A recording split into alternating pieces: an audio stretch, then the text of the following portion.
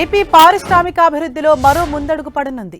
Arcelor Mittal Nippon Steel India plant కు నేడు CM Chandrababu భూమి పూజ చేయనున్నారు.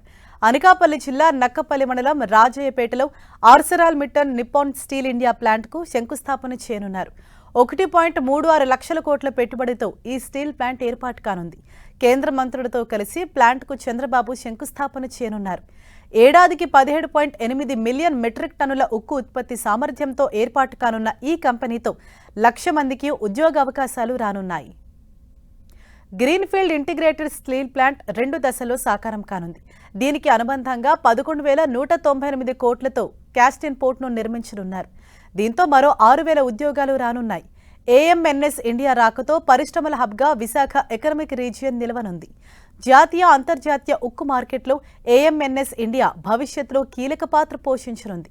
ఈ ప్రతిష్టాత్మక ప్రాజెక్టును వీలైనంత వేగంగా పూర్తి చేసేందుకు రాష్ట్ర ప్రభుత్వం అన్ని విధాలా సహకారం అందిస్తోంది. ముఖ్యంగా ప్లాంట్ నుంచి జాతీయ రహదారి 16 కు అనుసంధానం చేసేందుకు 4 లేన్ల రహదారి విస్తరణ పనులను శరవేగంగా చేపట్టింది. పారిశ్రామిక అభివృద్ధికి అవసరమైన మౌలిక సదుపాయాల కల్పనపై ప్రభుత్వం ప్రత్యేక దృష్టి సారించింది. ఈ చారిత్రక శంకుస్థాపన కార్యక్రమానికి ప్రభుత్వ ప్రముఖులు, పారిశ్రామికవేత్తలు పెద్ద ఎత్తున తరలిరానున్నారు.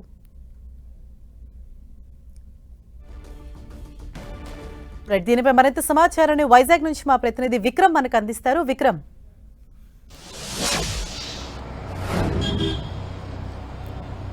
Arcelor Mittal Nippon Steel India అనే సంస్థలు ప్రపంచ ఉక్కు ఉత్పత్తిలో ఒక దిగ్గజమైనటువంటి సంస్థలుగా పేర్కొంటుంటాయి. అటువంటి ప్రపంచ ఖ్యాతి కలిగినటువంటి స్టీల్ సంస్థలు మన భారతదేశంలో, అందులోని విశాఖపట్నంలో ఒక దేశంలోనే ఒక mega green field integrated steel plant నిర్మాణానికి సంబంధించి ఈరోజు భూమి పూజ చేయబోతూ ఉన్నారు.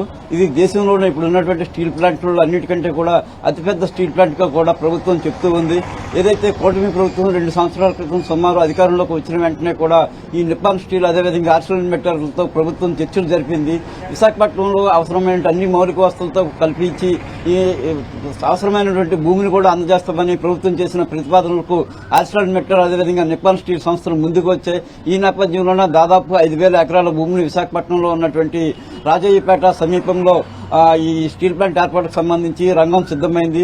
2 ఏళ్ల క్రితమే ఆ సంస్థ ముందుకు వచ్చినప్పటికీ కూడా ప్రభుత్వ పరంగా అనేక రకమైనటువంటి అనుమతులను తీసుకోవాల్సి ఉంది.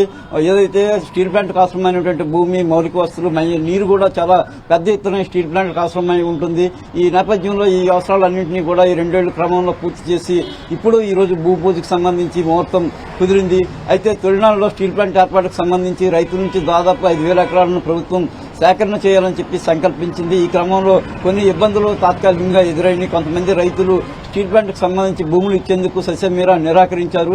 అయితే ఇదే సమయంలో ఏదైతే నక్కపల్లి ప్రాంతానికి సంబంధించి ప్రాతినిధ్యం హోమ్ మినిస్టర్ అనిత వహిస్తూ ఉన్నారో ఆమె చొరవ తీసుకుని రైతులతో సంప్రదింపులు జరిపి ప్రభుత్వం చేస్తున్నటువంటి ప్యాకేజీని వాళ్ళకి వివరించి, దాంతోపాటు కూడా ఈ ప్రాంతంలో స్టీల్ ప్లాంట్ వస్తే ఎంత పెద్ద ఎత్తున అభివృద్ధి జరుగుతుందో రైతులకు వివరించిన తర్వాత మిగిలిన రైతులందరూ కూడా భూములు ఇచ్చేందుకు ముందుకు వచ్చారు. తద్వారా కూడా ఈ రోజు స్టీల్ ప్లాంట్కు సంబంధించి సాకారం కాబోతోంది. ఇప్పటికే విశాఖపట్నం ప్రభుత్వ రంగంలో ఉన్నటువంటి స్టీల్ ప్లాంట్ విశాఖపట్నంలో ఉంది. దానికి దగ్గరలోనే మరో ప్రైవేటు స్టీల్ ప్లాంట్ పెద్ద ఎత్తున దేశంలోనే అతిపెద్ద స్టీల్ ప్లాంట్ ఏర్పాటు కాబడంతో ఇదొక పారిశ్రామిక విప్లవంగా కూడా పారిశ్రామికవేత్తలు భావిస్తూ ఉన్నారు. ఈ రోజు సాయంత్రం ముఖ్యమంత్రి చంద్రబాబుతో పాటుగా కేంద్ర మంత్రులు, కేంద్ర ఉక్కు శాఖ మంత్రి కుమారస్వామి, అదేవిధంగా శ్రీనివాస్ వర్మ, అదేవిధంగా మరికొంతమంది రాష్ట్రానికి చెందినటువంటి కేంద్ర మంత్రులందరూ కూడా ఈ భూమి శంకుస్థాపన పూజకు హాజరు కాబోతున్నారు. ఇది 2029 నాటికి తొలి ఉత్పత్తిని ఉత్పత్తి చేయడం లక్ష్యంగా కూడా నిప్పాన్ స్టీల్ అదేవిధంగా ఆర్సెలర్ మిట్టల్ సంస్థలు లక్ష్యంగా నిర్దేశించుకున్నాయి.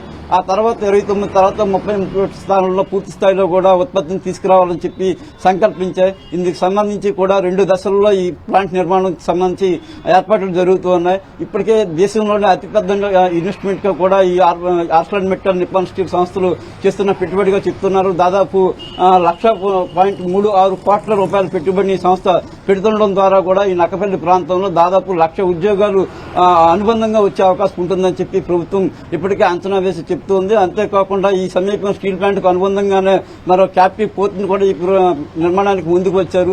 దీని ద్వారా కూడా సుమారు 6 నుంచి 10,000 పరోక్ష ప్రత్యక్షంగా ఉద్యోగ ఉపాధి అవకాశాలు లభించే అవకాశం ఉంటుంది. ఈ స్టీల్ ప్లాంట్ అనేది గతంలో అనుమతులకు సంబంధించి చాలా డిలే జరిగేది. యుద్ధ ప్రాతిపదికన స్టీల్ ప్లాంట్ ను పూర్తి చేసి ఉత్పత్తి తీసుకురావడం ద్వారా కూడా ప్రభుత్వం ఈ పరిశ్రమలను తీసుకురావడం పెట్టుబడులకు సంబంధించి ఎంత అనుకూలంగా ఉందనేది చెప్పడానికి సంబంధించి ఈ స్టీల్ ప్లాంట్ కి ఈ రోజు చేస్తున్నటువంటి శంకుస్థాపన ప్రభుత్వం ఉదాహరణగా చెప్తూ ఉంది. ఎవరైనా సరే పారిశ్రామికవేత్తలు ఈ ప్రాంతంలో పెట్టుబడులు పెట్టడానికి ముందుకు వస్తే వాళ్ళకి అన్ని విధాలుగా కూడా సహకరించి అన్ని అనుమతులను యుద్ధ ప్రాతిపదికన మంజూరు చేసి వాళ్ళ తాలూకా లక్ష్యాన్ని ఏదైతే ఉత్పత్తికి సంబంధించి లక్ష్యాన్ని నిర్దేశించుకుంటారో వాటిని సాకారం చేయడానికి ప్రభుత్వ యంత్రాంగం ఎంత చిత్తశుద్ధితో పనిచేస్తుందనేది చెప్పడానికి ఉదాహరణగా ఈ ఆర్సెలర్ నిప్పాన్ స్టీల్ కి సంబంధించినటువంటి ఈ శంకుస్థాపన కార్యక్రమాన్ని చెప్తూ ఉన్నారు. ఇప్పటికే కేంద్ర ఉప శాఖ మంత్రి కుమారస్వామి విశాఖపట్నం చేరుకున్నారు. అదేవిధంగా శ్రీనివాస్ వర్మ అంతా కూడా ఇప్పుడు చేరుకున్నారు. సాయంత్రం 4 గంటల సమయంలో ముఖ్యమంత్రి చంద్రబాబు కేంద్ర మంత్రులంతా కూడా మిట్టల్ స్టీల్ ప్లాంట్ శంకుస్థాపన జరుగుతున్న ప్రదేశానికి చేరుకొని అక్కడ ఏదైతే ఈ ప్లాంట్ సంబంధించినటువంటి నిర్మాణ నమూనాను అదేవిధంగా అక్కడ ఉన్నటువంటి మరికొన్ని అంశాలను పరిశీలిస్తారు. అనంతరం పెద్ద ఎత్తున ఏర్పాటు చేసిన సభను ఉద్దేశించి ముఖ్యమంత్రి చంద్రబాబు ప్రసంగించబోతూ ఉన్నారు. ఇప్పటికి సంబంధించి కూడా ఈ ప్రాంతంలో అనకాపల్లి జిల్లాలో పెద్ద ఎత్తున పారిశ్రామిక హబ్ గా తయారు చేయాలని ప్రభుత్వం లక్ష్యంగా పెట్టుకుంది. ఇప్పటికీ ఆ ప్రాంతంలో SEZ అదేవిధంగా VSEZ ఎక్స్పోర్ట్స్ కి సంబంధించినటువంటి జోన్లన్నీ కూడా ఉన్నాయి. ఈ నేపథ్యంలో అక్కడ స్టీల్ ప్లాంట్ ఏర్పాటు అయితే కనుక మొత్తం ఎక్కడ స్టీల్ ప్లాంట్ నుంచి నక్కపల్లి పాయికరాపేట వరకు కూడా ఒక పారిశ్రామిక హబ్ గా తయారవుతుందని ప్రభుత్వం అంచనా వేస్తూ ఉంది. హరీష్. Thank you Vikram.